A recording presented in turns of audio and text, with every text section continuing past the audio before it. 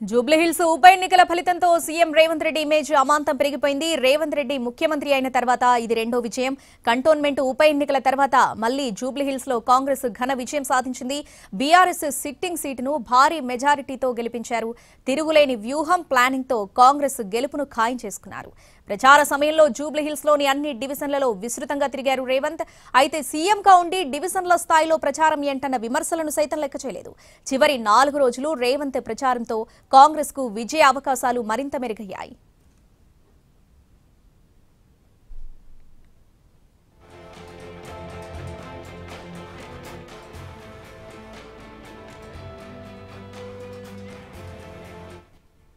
Right, Jubilee Hills బైపోల్లో Congress ఘన విజయం సాధించింది. దీనికి సంబంధించి పూర్తి అప్డేట్స్ మా ప్రతినిధి చారి అందిస్తారు. జూబ్లీహిల్స్ ఉప ఎన్నికలలో పోలైనటువంటి ఓట్లలో 51% కాంగ్రెస్ పార్టీ సాధించుకుంది. 39% బీఆర్ఎస్ పార్టీ ఓట్లు నమోదయ్యాయి. అయితే ప్రధానంగా ఈ జూబ్లీహిల్స్ ఉప ఎన్నికల్లో సీఎం రేవంత్ రెడ్డి స్ట్రెంత్ మరింత పెరిగింది అనేది కనబడుతుంది. ఎందుకంటే ఉప ఎన్నికల సందర్భంగా ఎన్నికల ప్రచారాన్ని అలాగే ఉప ఎన్నికలన్నింటినీ కూడా ఆయనే ముందుండి లీడ్ చేశారు. ఆయన లీడ్ చేసి డివిజన్ల వారీగా రోడ్ షోలని అలాగే కార్నర్ మీటింగ్లని ఏర్పాటు చేశారు. వీటితో పాటుగా డివిజన్ కి 2 మంత్రుల చొప్పున బాధ్యతలను అప్పచెప్పారు. దగ్గరుండి ఇంత మైన్యూట్ గా ఉన్నటువంటి ఓటరు పోలింగ్ కేంద్రాలకు వచ్చేంత వరకు కూడా ఆయనే పర్యవేక్షించారు. మంత్రులంతా కూడా కేబినెట్ లో ఉన్నటువంటి మంత్రులంతా కూడా వారికి అప్పచెప్పించినటువంటి నియోజకవర్గ డివిజన్లలో పూర్తి స్థాయిలో మంచి పర్ఫార్మెన్స్ ని చూపించారు. రహమత్ నగర్ కావచ్చు, రహమత్ నగర్, ఎర్రగడ్డ ఇలాంటి డివిజన్లలో పూర్తి స్థాయిలో ఓట్లు సాధించుకోగలిగారు. వెంగళరావు నగర్ లో కూడా కాంగ్రెస్ పార్టీ ఆశించిన స్థాయి కంటే కూడా ఎక్స్పెక్ట్ చేసిన దానికంటే కూడా ఎక్కువ ఓట్లను సాధించుకోగలిగింది. ఆ నేపథ్యంలోనే కాంగ్రెస్ పార్టీ అభ్యర్థికి 24,700 పైచిలుకు ఓట్లను రాబట్టుకోగలిగింది.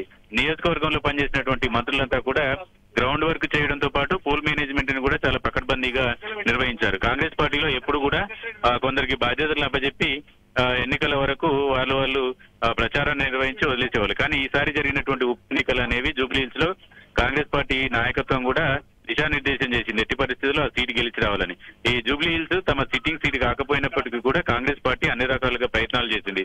బీఆర్ఎస్ కు సిట్టింగ్ సీటు, అలాగే బీఆర్ఎస్ కూడా కాంగ్రెస్ పార్టీని, కాంగ్రెస్ నాయకత్వాన్ని, సీఎం రేవంత్ రెడ్డిని కూడా సవాల్ చేసింది. ఈ ఎన్నికల్లో కేసీఆర్ జైత్రయాత్ర మొదలవుతుంది. ఇక్కడి నుంచే 500 రోజుల్లో కేసీఆర్ మళ్లీ ముఖ్యమంత్రి అవుతారనేటువంటి స్లోగన్స్ ఇవ్వడము, అభ్యర్థి మీద కూడా పలు రకాల ఆరోపణలు చేసినటువంటి నేపథ్యంలో కాంగ్రెస్ పార్టీ కూడా దీన్ని సీరియస్ గా తీసుకుంది.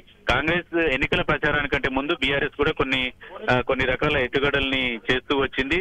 ఈ నేపథ్యంలో పూర్తి స్థాయిలో దాన్ని ఫేస్ చేయడానికి సంబంధించినటువంటి విషయాలన్నిటి మీద కూడా కాంగ్రెస్ పార్టీ ఫోకస్ చేసింది.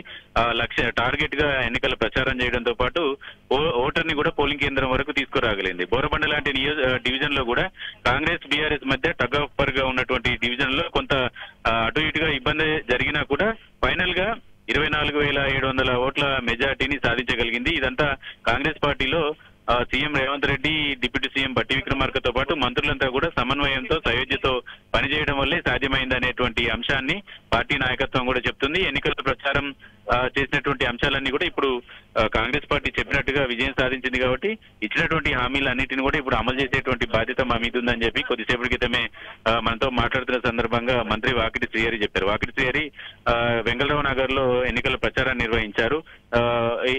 వీటితో పాటుగా సామాజిక వర్గాల సమీకరణాలని కూడా కాంగ్రెస్ పార్టీ ఈ పోల్ మేనేజ్మెంట్ కి సందర్భంగా కూడా పాటించింది. అన్ని వర్గాలకు సంబంధించినటువంటి వాళ్ళందరినీ తమకు ఓటేయించుకునేటువంటి పరిస్థితుల్ని ఆ రకంగా అందరినీ కమ్యూనికేట్ చేసుకుంటూ పోలింగ్ కేంద్రాల వరకు పోలింగ్ ఓటర్లను తీసుకొచ్చి విజయం దిశగా అడుగులు వేయడానికి కారణమైంది.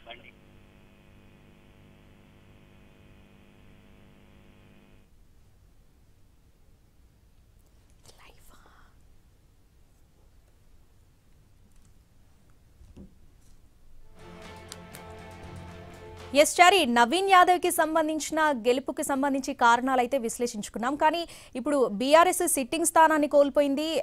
ఇప్పుడు సునీతకి సంబంధించిన ఓటములు కనుక చూస్తే ఏవే కారణాలు కనిపిస్తున్నాయి?